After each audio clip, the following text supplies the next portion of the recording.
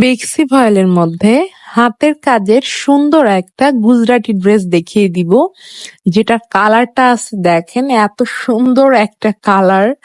এটার কালারটা কিন্তু দারুণ একটা পাউডারি কালার, আর পাউডারি কালারের উপরে হচ্ছে হোয়াইট কালারের সুতো দিয়ে এত সুন্দর করে কাজ।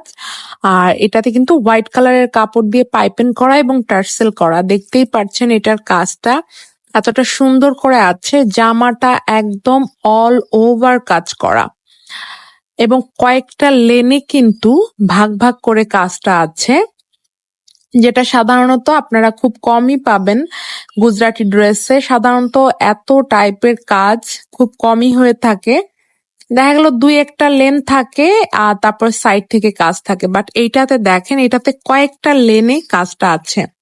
আর এটার যেটা ওড়নাটা তো আমি বললাম চার সাইড থেকে সুন্দর করে পাইপিং করা এবং টার্সেল করা।